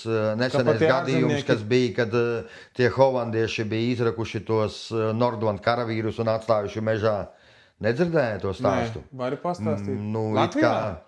Bija atsūtītas koordinātes kaut kādām vai leģendai vai kam, vai brāļu kapu komiteja, kur ir eksgumēti Nordvand, Holandes karavīri, jau izrakti ārā, salikti maisi, pārbildēti žetoni un nolikti pie kokiem. Un tad tur bija pacelts baigais hais, ka tas ir nelikumīgi izdarīts. Atbrauca ārzemnieki pa kluso izraka savējos? Nu, it kā, bet saprot, bet beigās viss noklusa, jā. Tad sanāk laikam tomēr tas bija nesaskaņošanas dēļ, viena organizācija nepabarīdināja otru vai kā, bet beigās viss noklusa. Viss ir it kā kārtībā. Bet bija pa televīziju, pa visuriem. Bet teorētiski taču jebkurš tad Francijas pilsonis, viņš var apskatīties mūsu aktus no likumu, var atbraukt un Nu, tagad slavenais tiktokers kaut kāds no ārzemēm bija jau historija vai kā, Kurzemē laikam vairākas nedēļas nodzīvoja un pilns video Facebookā, TikTokā un tā tālāk. Viņš jau nav nekādā organizācijā nesastāv, nekur nesastāv. Nu, un Čehi tie paši un Poļi ļoti. Tad vietēji var sevi Par vietuviešiem nerunā, viņi te dzīvo Latvijas mešos. Nu. Principā mums visi citi var braukt mierīgi rakt ārā, kas ir mūsu zemē. Protams. Un viņi var izvakt tādas mūsu dārglietas un viņas var pazust prom. Protams. Neviens čeks vai neviens lietuvietis, es domāju, ka valsts kultūra pieminekļu aizsardzības biedrībai nav nodevis nevienu mantu. Es tā pieļauju domu. Es arī tā domāju, ka nav. Cīnīties tikai ar viņiem var, praktiski atjaunojot robežas, ja tikai. Nē, ne tā, vienkārši kā, uztaisīt to likumdošanu, ka drīkst rakt tie, kuri ir izgājuši tos kursus, ja? Un automatiski mūsu paši rācēji būs ieinteresēti, vai tie lietuvieši un tā tālāk pie mums nerok. Viņi paši ieraugot viņus vai nu pātrieks, vai nu izsauks policiju un tā tālāk. Vienkārši viņi varēs regulēt to, kam ir atļauja, tie skatīsies uz tiem, kas pieskatīšos. Īstenībā tā arī būt pat nodevā, pat valstī, kur var iekasēt. Protams, viņi reģistrējās, samaksā par to ir nodevu. jāmaksā. Tas nav bezmaksas, ka tu izēji kursus, un tas viss maksas pakalpojums. Tā būtu laba ideja. Tāpat kā zvejas karti, aptuveni. Jo savādāk, viņi principā zvejo no mūsu zemes, mūsu dārgumus ārā. Tas ir tāds... Un viņi maksā par zvejošanu, viņi pērk zvejas karti, mūsu relikvijas izvedot, viņi nemaksā neko. Tavas un pulso nopelna pēc tam ārzemēs. Un vēl gadās, ka mūsu pašu cilvēki vēl atpakaļ nopērk tās mantas pēc tam. Varbūt, bet, es saku, tas ir vairāk jau iztērē to naudu nekā atrod, jebkurā gadījumā. Teiksim, ka pēc tava rīcībā esošas informācijas daudz tādu ir ārzemnieku, kas brauc roka pie mums? Jā. Tas ir simtos vairāk. Ļoti daudz, simtiem. Katru nedēļu nogalē Latvijas teritorijā atrodas daži desmitie līdz pat 100 kaut kādiem lejušu racējiem. 100 punkti. Lejušu, ja? Jebkur uzprasīt, jebkuram Saldus, Grāmsdas, Auces, Daugavpils puses vietējiem iedzīvotājiem. Visi ir saskarušies ar lietuviešu racējiem. Daugavpils pusē mēs šodien ar tevi gan nebraucām gar to vietu. Ir pat privāti īpašumos uzraksti nevis latviešu valodā, bet lietuviski. Privātā valodā, lai racēji neiet privātos īpašumos. Tas, teiksim, viņu valsts, Lietuvu diezgan maz karš skāra. Gan pirmais, gan otrais. Viņiem izvēlās cauri un mums pārsvarā viss notikās. Viņiem gan pirmais, gan otrais ļoti minimāli. Viņi tā kā aizmugure frontes drīzāk skaitījās dziļāk. Caur viņiem Izskrēja. Izskrēja cauri. Kurzemes katls arī izveidojās pateicoties tam, ka caur Lietuvu izskrēja. Un Pirmajā pasaules karā arī viņi tā kā dziļi aizmugure. Viņiem gar pašu robežu ar Baltkrieviju. No Latvijas iet iekšā pie Zārasiem, pie Ignalinas iet ierakumi un uzreiz iet burtiski Baltkrievijā. Momentāli pēc 20 kilometriem. Teorētiski te viņiem praktiski pašiem tikai var meklēt kaut kādu tur Zviedru poļu kara laikus. Rečpospolistu rakt ārā. Viņiem atkal ir tādas lietas, kas nav pie mums.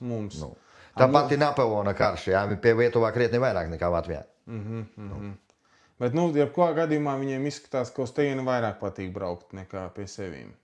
Protams. Saka, lielākās vietnes, kur var internetā paskatīties mantas, ko racēja Latvijas, teiksim, tirgo un citi, tas ir izkaisīta vai kaut kāda, teiksim, viena tāda liela vietne? Kādreiz jau bija Antikvara LV, tas portāls, bet tagad viņš jau ir uz miršanas robežas. Principā Facebookā jau visādas rakšanas grupas, tur ir simtiem. Jāskatās, kur. Šies, Vasili, ir kāda lieta, ko tu, teiksim, no savām mantām, nekad nepārdos, ko tu esi izracis? Nav tādu lietu. Tas manta priekš manis nav nekas. Tā ir vienkārši, kā saka, vaicīga lieta, ko jūs viņu savā nepaņemsiet līdzi. Saki, lūdzu, piemēram, tev ģimenē kāds vēl nodarbojās to? Nē, man nevienam nav interesi ne dēlam, ne meitai, ne sievai. Piemēram, man kā juristam interesē pēctecība. Ja gadījumā tu aizēji aizsaulē, tu esi devis ģimenei instrukcijas, kā rīkoties ar to visu izrakto mantu, kas tev ir? Nu, es aptuveni dēlu esmu pamācījis, kuri cilvēki varētu palīdzēt realizēt to visu. Praktiski tu tā kā tad ģimenei teici tā, ja ar mani kaut kas notiek, lūdzu, to mantus varat gribat ņemt tirgot, ja, lai ir nauda. Nu varbūt ne gluži tā, es vēl uz biršanu neteisos, bet aptuveni... Tīri hipotētiski. Es esmu pamācījis dēlu, ka, ja kas, tu zini, kuri cilvēki pie manis bieži ir braukuši, kuri man ir tā kā apkārt man turās, ka, viņi palīdzēs ar to, tikt galā, realizēt vai... Principā, tad taviem ģimenes locekļiem ir brīvas tiesības rīkoties to mantu pēc tiem saviem ieskatiem. Protams, viņi savais viņus nepaņemšu. Neņems līdzi tā kā Neņemšu. Latvijas valstī kaut ko atstāci vai? Ko man vēl Latvijas valstī atstāts? Novēlēt, teiksim, pikela halbes varbūt. Jā, nē. Varbūt kaut ko tādu latviskas saktas. Nē, tiešām ne. Valstī es neatstāšu neko. Pilnīgi. Teiksim, kaut vai viesītes, tur, teiksim, novad pētniecības muzejam kolekciju, tur kaut kādu izlasītu atstāt. Neesi domājis tādu? Nē, esmu domājis. Es vairāk esmu domājis, ka uztaisīt savu muzeju, kaut kādu privāto muzeju. Mēs te nedaudz tagad vedam sarunu ar vienu cilvēku, kuram vairāk entuziasma nekā man par iespējamo muzeja izveidi vienā pašvaldībā, jā. Skatīsimies, dzīvosim, skatīsimies, varbūt izdosies, varbūt ne. Sekmīgu sarunu rezultātā iespējams parādīsies tavs tā kā stūrīts kaut kādā citā pašvaldībā ar tavām mantām, ja? Jā, tieši tā. Kurais jebkurš interesants atbraukt un apskatīties, ja? Jā. Bet mēs vēl uziesim augšā un uzfilmēsim, muzeju parādīsim. Man ir tā kā savs privāts muzejiņš, ko paskatīties maniem draugiem un tuvākiem, tāds nepublisks pagaidām. Tā tad, respektīvi, ja es vēlos tagad saskatos raidījumu, uzzinu, kas un kā, jaunais racēja komplekts, plus mīnus ar drēbēm 500-600 varētu maksāt, ja? Tā tad, ja gribu ļoti līdzi, vajag tomēr būt arī bišķi fiziski spēcīgam, raktalā apstu vajag. Ja monētas tikai raksta, tad varbūt fiziski spēcīgam dikti nevajag būt, bet ja jūs taisaties rakt karu, tad ļoti fiziski spēcīgam jā, šodien to plāksni pāri laukam, jo vienmēr būs arī nevietas, kur var tikt viegli klāt, un viss forši ir pa dubļiem. Pats labākais jau laiks jau praktiski ir tāds ārā, kāds tagad ir. Jā, tā kā šodien dubļi lietus un vēl smagu dzelzinēs ārā no meža fizuka tīri normāli. Piemēram, tagad tāda populārākās lietas, ko esmu redzējis antikvāros, visu kaut ko tam līdzīgi. Piemēram, Vācu Pirmā pasaules kara sprādze. Labā stāvoklī, cik varētu maksāt? Ja tu domā par Gotmitunu, tad tagad man liekas 80-100 eiro, ja? Pirmā pasaules kara. Pirmā kaut kāda 50-70. Kur tev šitan rādīt, vai ne? Pielicis, pastīsimies. Tikai nevar rādīt svastikas, protams. Šitie ir otrā pasaules kara. Jā, otrā pasaules kara oriģinālās siksnas. Ar oriģinālām siksnām no bēniņiem, jā, no bēniņiem. Šitādas ar visu siksnu gan jau kaut kādi, tur 150 eiro taču. Bet principā tā racēja dzīve ir tāda, kad var kādu reizi aizbraucot, var izcelt ārā lielu naudu, kaut ko atrodot, bet dažkārt var braukt bieži, un kā tu minēji šodien, ka tur brauc pa Krievu ierakumiem Pirmā pasaules kara, un tur viens vienīgs bamžātņiks ir, nekā nav. Jā, bet tas arī var būt arī friču ierakumos, tur jau starpības nav vai Krievu vai friču, viss ir atkarīgs, cik noraksts, cik ilgi viņi tur sēdē, un cik liels daudzums to karavīru sēdēja uz noteikto to iecirkni, uz to gabalu, ko jūs meklējat. Tad, principā, bez informācijas braukt kaut ko rakt ir pilnīgākais, Nē, cūkas vaina. Cūkas laime. Nu, tāpat kā zvejnieks, nezinot vietu, var atbraukt, iemest un uzreiz tur būs 6 vīdekas. Un var tikpat labi visu dienu tur nomētāt un nekā nebūs, jo viņš nezina vietu. Bet tā ir daudz mazāk iespēja, ja tev nav iepriekš kaut kāda informācija. Vai kaut kāda nojausma, kas tur var būt, ir daudz mazāk iespēja tur kaut ko izdarīt. Bet, savā pagastā dzīvojot, vienmēr būs kāds cilvēks, kas stāstīs. Vot mana vecmama teica, ka vot tur tas bija tā. Nu, tāpat tev kaut kas ausīs būs nonācis. Nu, un nav dūmu bez uguns, kā saka, kaut kāda tajos stāstos būs daļa kaut kāda patiesības. Un viņa teiks, ka tur fronte bija un tā tālāk. Un tā arī būs. Taisnība diezgan liela, ka tur bija. Ja tevi aicinās, teiksim, kaut kādi arheologi braukt kaut kur parakt kopā, neteiksi? Nu, teiksim, oficiālie valsts. Nu, pirmām kārtām viņi mani nekad neaicinās, otrām kārtām es esmu braucis. Kāpēc es arī nekad neesmu atteicis. Esmu braucis savā laikā, esmu piedalījies kontrolas zondāžās un... Nu... Ja drīkst zināt, kāpēc to neaicinās vairāk? Nu, man nekas nav pret. Es arheologus neuzskatu par sliktiem cilvēkiem. Viņi dara savu darbu, mēs darām savu, ja? Un es nevienu sliktu vārdu ne par vienu arheologu nepateikšu, jo viņi pēta mūsu vēsturi, kā nekā tādu apjomu darba, ko izdara viņi, mēs nevaram izdarīt, jo mēs rokam, viņi ne tikai roka, viņi analizē, viņi taisa spektrālas analīzes, viņi pēta kultūras vāņus. Tas tomēr nav tas pats, kas paņemt izraut to mantu no zemes. No viņiem pat varētu iegūt informāciju, pat kur varētu kas būt, ja? Bet es saku, ja tā likumdošana būtu sakārtota, ja tu varētu bez problēmām nodot to informāciju viņiem un zināt, ka pret tevim nebūs represiju, ka pret te netiks veiktas krātīšanas un tā tālāk, nav problēma. Mēs varētu piepildīt savus muzejus ļoti ātri mantām, ja, tādā veidā. Nu, protams. Un ka pat arī... varbūt Latvijas valsts muzeja varētu tirgot tās mantas vēl prom vai mainīt priekšmetus. Ne, nu, tā nedrīkst. Valsts jau netirgo nekad savas mantas. Ne, nu kā viņi jau var mainīt citiem muzejiem. Tikai mainīt. Bet kāpēc muzeja taču? Tā, bet... Vai tā nevar izlikt izsolē mantas? Viņi ne, valsts muzeja? Nekad. Vai? Nekad. Ne. Nu, piemēram, tā kā kapitāla sabiedrībā izliek kaut iztirgot, teiksim, mantu oficiāli. Visas mantas stāv rezervi fondos. Visi ir pagrābos. Tas nekas, ka viņu ir 10 000, kā es teicu, vienādu kakvariņu, 100 000 vienādu rokasprāģu. Es nevaru iedomāties, cik lielas tās telpas ir, vai šito pēdējā 100 gadē atrasto arheoloģisko materiālu uzglabāt. Cik liels. Tur tak ir, noteikti, nezinu, 1000 tonu to mantu arheoloģiskos izrakumos iegūts. Cik mums, kā pēc tām domām, cik mums Latvijā ir racēji varētu būt tādi? Cik racēji? Jā. Tūkstošiem. Tādi profesionāli tā kā tu? Nē, profesionāli ir labi, ja kaut kādi, tur 30 līdz 50 cilvēki, ja, kuri ir tiešām, fanāti, bez slimāki par slimiem. Jā. Tā rācēju kopumā, es domāju, ka 11 000. Kad ir, 10-20 000 jau noteikti. Ja katrā ģerevņā, mūsu viesīte, cik tā viesīte ir, tur bišķi pāri 1000 iedzīvotājiem, jā.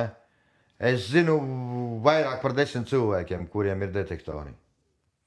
Plus, cik vēl te zemnieku dēliem un zemniekiem ir vēl detektori. Labi, varbūt viņi citi tur reizi gadā to detektoru izvelk ārā, bet ļoti daudz. Tas ir, par pilsētām nerunāsim, pilsētā ir vairāk rācēji. Jo viņiem vajag hobiju, mēs te laukus redzam visi katru dienu, viņiem vajag hobiju pilsētniekiem, viņiem vajag skraidīt pa mežiem un tā tālāk, pa pļāvām, tur rācēju koncentrācija lielāka. Pazīsti kādu varbūt ūdens racēju, kas zem ūdens roka?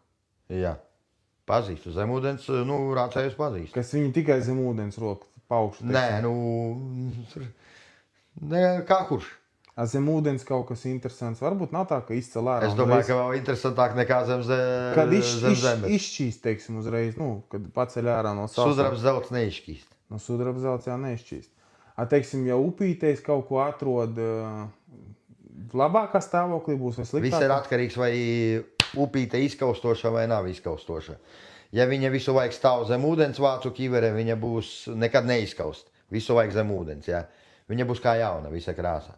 Ja tā upīte izkaust, no Kiveres būs nosaukums. Viņa jāstāv visu laiku vienā vidē. Aha. Ja izņems ārā, tad viņa izņems vienreiz ārā, tad viņa arī viss būs ja ūdens nokritās un Kivere vienu gadu, tur mēnesi pastāv ārā, otru pēc tam atkal zem ūdens, viņai skābeklis ir ticis ciet kvātu, viņa sadavās. Viņai visu laiku jābūt tajā vidē, vai visu laiku dūņās jābūt tā, vai skābeklis netiek kvāt. Aha, skaidrs. Saki, kā mums ir Latvijā restaurāciju, tādu vēsturisku priekšmetu? Daudz cilvēki ir, vai ierobežotā lokā pie viņiem rindas ir kādas, teiksim, varētu plus mīnus būt cenas? Kaut kāds tādu oficiālu restaurātoru Latvijā, es nepazīstu, kuriem var aiznest tur pikjohau bez ērgli un viņš te uztaisīs, jā. Vienkārši savā racēju tajā vidē mēs zinām tos cilvēkus, kuri nodarbojas, kuri restaurē sprādzes un ērgļus, es piemēram zinu cilvēkus. Ir, kuri restaurē durkļus un kaut ko tādu, kas metālu var zobenu sametināt, piemēram. Starp citu, kas zobenu profesionāli sametināt, es nezinu. Man stāv zobens, tu parādīšu, kur nevar atrast speciālistu, kurš uzņemtos viņu sametināt. Es saki, pa zobenu, ja tu atrodas, tev arī viņš jānodod valstī vai ne? Nē, man ir vācu zobens. Vācu zobenu man nav jānodod. Ja viņš būtu 17. gadsimta, tā būtu jānodod, ja? Man ir vācu zobens no Maksts, kas ir salauz tai laikā, tikai... Tas ir kavalērists? Nē, kavalēristu. Vācu jātnieku zobens. Šāds ir tēvam bijis, jā, es cērtoties, brālis atcirtu. Tas ir pavašs, tas pat nav zobens pavašs, tas ir jātnieku vai cirst. Un kas sametināt, neviens neuzņemās, jo te ir baigam profam jābūt vai zobenu metināt. Tas ir tu vienā vietā, jā, atradi tādu. Viņu kaut kā jāiegriež šuvi un tad viņu kaut kā jāiepilda. Tur pat ne ar parasto svarku, tur kā man skaidroja, tur baigi nopietni. Šito pats esi izracis, jā, ārā? Šito man čoms izraka. Tīri smuks? Jā, viņš bija makstī, tāpēc viņš tādā stāvoklī. Makstī bija iekšā, Maks Sapuvis, jā, bija vai? Maks Sapuvis, zobens saglabājās. Un tu tagad interesējies, kas varētu sametināt? Nē, esi vēl atradis, ja kāds speciālists baigais ir, tad var rakstīt droši, man sarunāsim, samaksāsim, tikai vajag sametināt. Jo tur parastais svaršķiks koļa neder.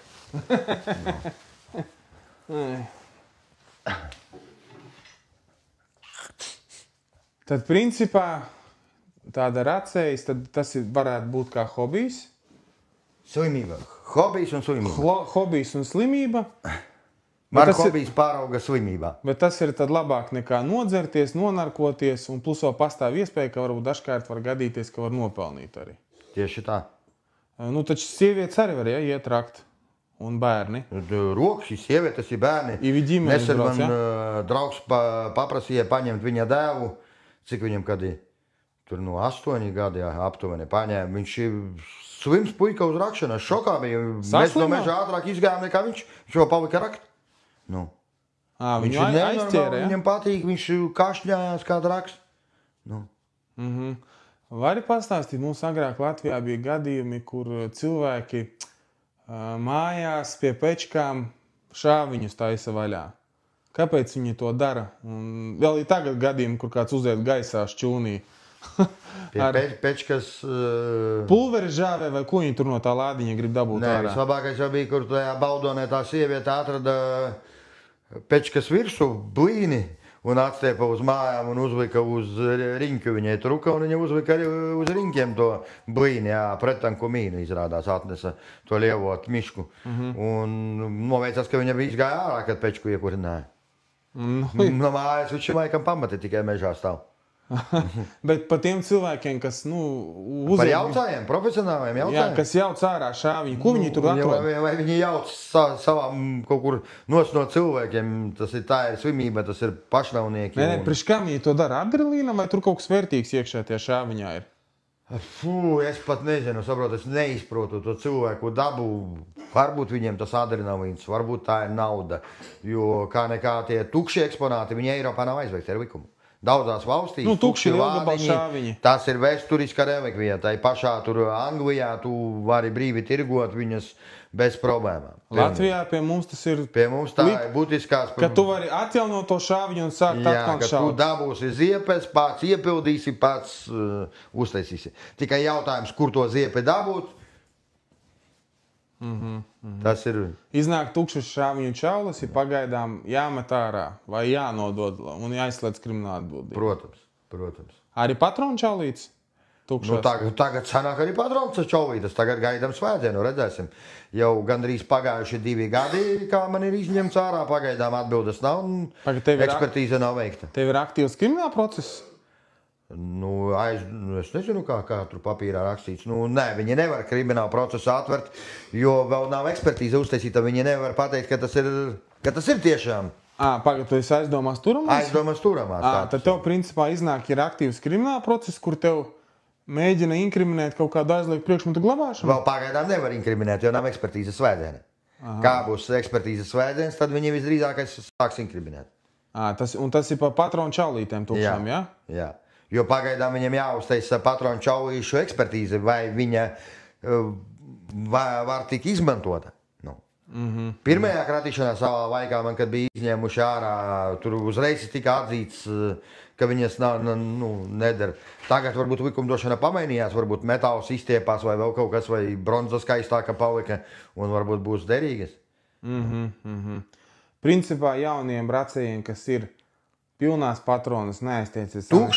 Tūkšas, a ne pilnas. Nē, instrukcija jauniem racējiem, atrodiet pilnas patronas, sametiet čupu, atzīmējiet aplikācijā, lai brauc. Nē, patronas nevajag, aprociet atpakaļ, neviens nebrauks sapieris tev patronām. Nebrauks pakaļ? Viņas eksplodēt nevar tur? Tas ir tikai 2. pasaules karā, tad broņibojnos žagaķeļinās, bet tu jau tur neatšķirsi pēc skata, kā bet, teiksim, tās parastās patronas no karabīnēm, tādiem ieročiem, viņas nevar pašas eksplodēt? Tikai broņibojnos žagaķeļinē, var, ja tu pa galviņu uzsitīsi, bet tas jau ir retums. Parastās tad, principā, viņas var... Protams, atstāv un viss. Neviens arī nebrauks, sāks smieties, ja tu pateiksi, ka tu esi patronas izredz. Tu ko, sapieri tevi par idiotu sāks uzskatīt. Tad jau tev Latvijā uz jebkuru dārzu, kuru fronte gāja, var braukt uzreiz ar seju, kā sejmašīnu, tur to sietiņu lasīt. Tad tukšās patronas pagaidām, kamēr tev nav zināms ekspertīze, arī labāki nelasīt. Labāk, nē. Jo oficiāli jūs tukšās čaulītes varat nodot metāla pieņemšanas punktā, samaksājot valsts nodevu pat 10%. Jums ienāk kontā nauda, bet tikpat labi, ja jums viņas atradīs mājās, ja pret jums tiks ierosināts krimināla process. Respektīvi, ja tu nepaspēji nodot metālu, tev var ietupināt. Jā, var pret tevi ierosināt krimināla procesu. Un nedod Dievs tajos dubļos, būs aizķērušies tie grāmi ar to pulveri un rēķinot to, ka, piemēram, es pa ziemu izroku no 80 līdz 120 kg tukšo čaulīšu misiņē.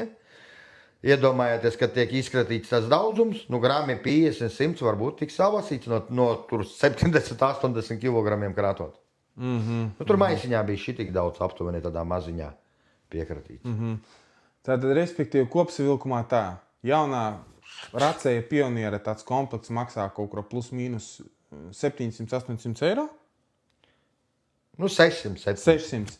Likumdošana Latvijā ir nelabvēlīga priekš racējiem. Mūsu praktiski valstī nekontrolēti siro ārzemju racēji, izkonkurē, iznāk sanāk, viņi izkonkurē vietējos diezgan pamatīgi ārā. Ķipa, jā, viņi izrok to, ko, kaut gan, mēs jau arī braucam pie viņiem citi. Latvieši brauc tur ir monētas meklēt, jo Lietuva dzīvoja ciematos. Tur tā, 50-50. Bet, ja kurā gadījumā viņi tāpat atbrauc un kaut kādu daļu savāc un aizved arī. Protams. Un viņi nereģistrējas, neko neuzrāda, un līdz ar to tas mums pazūd. Un neko policija viņiem izdarīt. Un neko viņiem neviens nekā neizdarīs. Ja vienīgi viņus 6 zemes neuzlīdīs, ka viņus vienkārši nodzen nost, un to viss arī beidzās. Tieši tā, neko. Un plus vēl tā kā diezgan ir neskaidri likuma panti, var ļoti viegli iedzīvoties krimināla atbildībā. Teiksim, jūs to priekšmetu uzskatāt par dekoru, Pat, ja zināt likumdošanu, tāpat jūs varat ievidot. Jums var ierosināt, Man iepriekšējā gadā tika veikta kratīšana, man stāvēja 120 kg čaulu. Man ir video kameras uzņemšana no mājās, kur policista kungi pienāk klāt pie tiem 120 kg čaulu, atver maisu. Es esmu to Facebookā pat publicējis, starp citu, savā laikā, atver maisu un to maisu aiztaisa un viss ir kārtībā. Nākamajā gadā man ir 80 kg misiņa čaulu, atbrauc policisti un pēkšņi viņi kļūst, ka viņus nedrīkst glabāt. Likumdošana pa to laiku nav mainījusies, pa to gadu likumdošanā pants nav mainījies. Tas viss atkarīgs no tā, kā likumdevējs traktē savā galvā to pantu.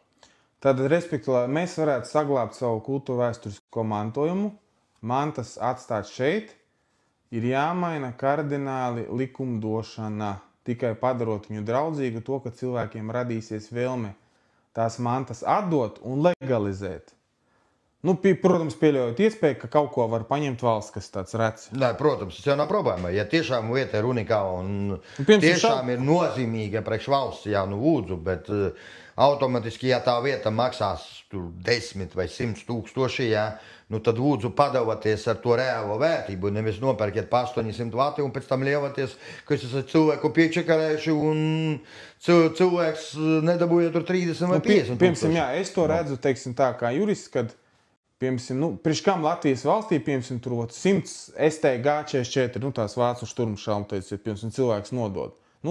Labi, 3-4 var paņemt muzejiem. Tā kā arī Latvijas valstī muzejā ir no bērniņiem ideālā stāvokļa, jo 90. gadu sākumā, kad tika veidota zemesardze, piemēram, tur tā leģenda kvejo, ka Skrundas pagastā pēkšņi gandrīz vesela noliktava ar STG tika atrasta un Skrundā esot zemesargi bruņoti bijuši ar STG. Saprotiet, tai laikā 90. gadu sākumā bija arī bērniņos ļoti daudz mantu. Bet es domāju tādā veidā, kad piemēram, cilvēks izrok, tur pāris tādus automātus nelietojumus. 10 izrok, viņam ir iespēja aiziet labprātīgi viņus nodot. Valsts konstatē, ka nevajag ņemt tos. Protams. Un viņi atdod atpakaļ. Cilvēkam viņš var attiestāurēt. Viņam nav ne jādrep, ne jākratās, viņš ir izdarījis visu, kāpēc likuma ir jābūt un tā tālāk. Kur vēl labāk? Kur vēl labāk? Es saku, kā teiksim, ir vēl, es gribēju precizēt, es cik saprotu, tev ir gan paziņas, gan kaut kādas, kuriem interesē mūsu relikvijas, gan no Jaunzēlandes, no Austrālijas, kādā veidā, piemēram, tu vari tādu pikelhalbi vai citu kādu militāru priekšmetu nosūtīt vēsturisku? Caur pastu tādu, kas nav aizveikts sūtīšanai, jā? Tu izpēti noteikumus, ja? Jā, protams, tu izpēti noteikumus, ko drīkst sūtīt, ko nedrīkst. Un tu sūti. Ja pasta darbiniece nezina, vai to relikviju drīkst vai nedrīkst sūtīt, viņa taisa bildi un sūta pasta drošības dienestam. Viņam ir savs pasta drošības dienests. Starp citu, ja jūs kādreiz pastā saka, ka nedrīkst sūtīt to priekšmetu un tā tālāk, jūs palūdziet pasta darbinieci, jūsu klātbūtnē viņiem tāda ir iekšā instrukcija, vai nobilda un aizsūta pasta drošības dienestam. Un no turienes sagaidiet atbildi, jo man, piemēram, ar horoskopu zīmēm rokas prādze, mūsdienu, pateica, ka tā ir vikingu rokas prādze un aizvedza sūtīt pastā. Un tad mēs paņēmām ar bez tabū uztaisījām sižetu, aizgājām uz pastu un uz centrālo, kur pie reizes arī muitas punkts lidostā ir. Un uzprasījām muitas darbiniekam, vai drīkst tādu sūtīt. Viņš saka, protams, tas ir mūsdienu priekšmets. Un mēs aizgājām uz pastu, kāpēc jūs tomēr aizvedzāt? Uz kāda pamata? Kādi jūs esat eksperti? Kā jūs varat noteikt, ka tas mūsdienu, vikingu, nevis mūsdienu manta? Un pēc likuma, ne pēc iekšējā viņam tur tā noteikuma, viņam ir obligāti jānosūta. Viņiem tur ir kompetenti cilvēki, kas māka atšķirt. Un viņiem jānosūta tas bildes. Jo citi pasta darbinieki, kad es pirmo reizi gāju uz viesistas pastu, viņam pat vācu kiverē negribēja sūtīt. Bet beigās, tā kā savas tiesības zināju, beigās viss bija kārtībā. Turpat pastā iesaiņoja, vai tu atnesi iepakot? Jā, tev obligāti, tu nedrīksti pakot mājās. Viņa tev pārbauda saturu, jā? Jā, jo tu vari aizsūtīt tikpat labi kokaīnu tur vai nezinu ko. Tā praktiski tu mierīgi vari aizsūtīt no Latvijas, teiksim, uz to Jaunzēlandi, to pašu cepuri, jā? Jā, protams. Mierīgi. Protams, ja viņi tur nozakt, ja viņa nav aizveikt to priekšmetu sarakstu. Tā praktiski var būt droši, kad sūtījums sasniedz galamērķi, ja? Jā. Un tas pats arī mums var atsūtīt, ja tādas lietas, vai tomēr jāņem vērā mūsu likumdošanas īpatnības. Savādākā likumdošana, bet... Ja, piemēram, atsūtīs to jaunzēlotas kaut kādas mantas un cilvēkam kriminālu procesu ierosina. Ne, piemēram, tas, kas, piemēram, Vācijā vai vēl kaut kur ir atļauti tukšie tur granātu maketi un tā tālāk. Jā, viņš atsūtīs uz šejieni un jums atradīs pie kratīšanas tādu vietu, jums būs dimā. Vai tu atnāks Viņu valstī ir atļauts, kaut gan tas ir viens kopējs Eiropas Savienība. Bet likumdošana un deaktivizācijas certifikāti, piemēram, Vācijas deaktivizācijas certifikāts Latvijā nedarbojās. Nedarbojās. Piemēram, tad, ja es tagad esmu jaunatvietis, miljonārs, es gribu iekārtot savu mājā militārās vēstures stūrīti. Es aizbraukšu, sapirkšu Vācijā antīkas ieročus, mantas ar certifikātiem, atbraukšu uz Latvijas, varu čokā trāpīt. Čokā, jā. Tieši. Un man vēl konfiscēs visu. Jā, un konfiscēs. Un iznīcinās. Kamēr jūs tiesāsieties, jau tās mantas būs iznīcinātas. Un pat jāatzīst, ka tā nav taisnība, man viens neko nekompensēs, ja? Protams. Viņi arī neatzīs. Jo vienīgā, uz ko viņi, kā latviski pateikt, uz ko viņi balstīsies uz eksperta svētdienu. Eksperta svētdienu, kā tu vari pārstrīdēt, ja mantas jau būs iznīcinātas. Jo līdz tiesa visas šitās sprādzienu bīstamo priekšmetu būtiskās sastāvdaļas, ieroču būtiskās sastāvdaļas un ieroči, līdz tiesas procesa galam nenonāk. Viņi līdz tam laikam jau ir iznīcināti. Bet, ja gribētu, taču varētu atstāt līdz tiesības beigām. Jo tu nevari gribot apstrīdēt eksperta kompetenci. Kāpēc viņi nīcina ārā? Tas ir brīva tā kā griba vai iespēja labierēt? Tā ir vienkāršāk, vai nenonāk varbūt līdz Eiropas tiesām un tā tālāk. Vai es nezinu, es to domāju. Diezgan dīvaini. Visiem pilnīgi ir acēm, kam ir bijušas kratīšanas, visi priekšmeti no šā nosaukuma, ja, visi ir iznīcināti. Visiem. Teiksim, kaut kā dīvaini, piemēram, mums ir vienotā Eiropas mantošanas apliecība. Tu vari aizbraukt ar Latvijā izdot mantošanas apliecību, vai aizbraukt saņemt Spānijā mantojumu Vācijā. Tad, teiksim, būtu dīvaini, kāpēc es iegādājos Vācijā kaut kāds militāra izsolēs priekšmetus, un Latvijā par to man var iebāzt cietumā. Ja es vēl dokumentiem deaktivizācijas certifikāti. Bet ir tas kaut kur likumdošanā rakstīts, ka tev ir jāveic Latvijas deaktivizācija. Unificēts dokuments, ka tas, teiksim, dara visā Eiropas Savienībā. Labi, varat izsolēt privāta organizācija vai kaut kāds kantoris, bet, kāpēc, lai tas būtu aizliegts, teiksim, ja Vācijā ir atļauts un mums aizliegts, kaut kā man īsti loģikas tam visam nav. Tomēr mēs neesam tik vienoti Eiropas Savienībā daudzos jautājumos, vai? Iznāk vienkārši kādas citas valstis varot vērtēt vairāk savu vēsturi. Arī. Vēl es gribēju pajautāt, ja...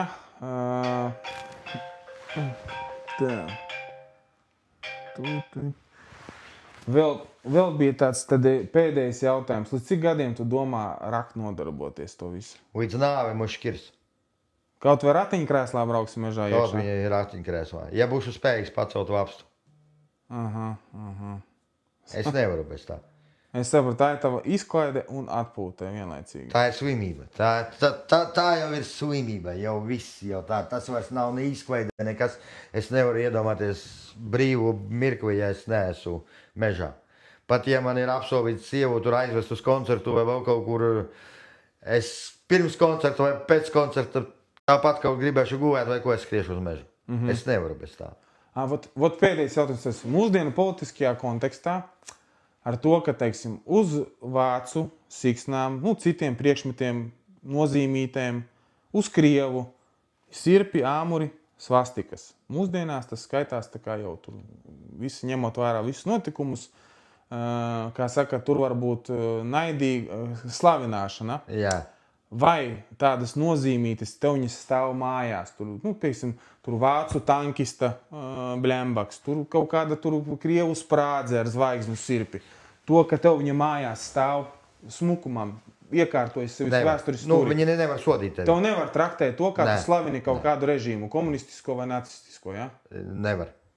Var tikai tad, ja tas būs publiskā, tā kā muzejā kaut kur visdrīzākais tādā vietā. Piemēram, tev istabā uzkarināts krievu karoks, Te ir lampa, teiksim, vai vācu kaste ar svastiku. Augšā muzejā aptuveni tā ir. Un tev nevar paiet, ka tu slēpni Nevar, ja tas nav publiska telpa, nevar iet tur. Ja tu uzvilksi to visu izies jārā uz ielas, tad ir dimbā. Tad tev var traktēt, ja to? Jā. Tāpēc, tad, ja tādas lietiņas ir, esiet uzmanīgi. Gadījumā, ja vēl ir jautājumi, tad jūs varat Vasilijam uzrakstīt TikTokā, mēs pievienosim linku, kuru var piesakot viņam, gan arī pēc tam laivā uzdot jautājumus. Taču runā, laivā cilvēkiem atbild jautājumiem. Jā, varat piesakot, varu kādreiz mežā kaut kur nekurienē satiksiet viņu. Labi, paldies šodien, kas bija. Mēs tad dosimies atpakaļ uz mājām. Tuvākajās dienās būs sagriezti trailerīši, pilns video būs gan TikTokā, gan YouTube. Paldies Vasilijam, ieliksim linkus, piesakojiet. Būs vēl daudz interesantas lietas. Domāju, vēl kādi gadi 20, 30 būs ko rākt Latvijā. Jā, es tā domāju.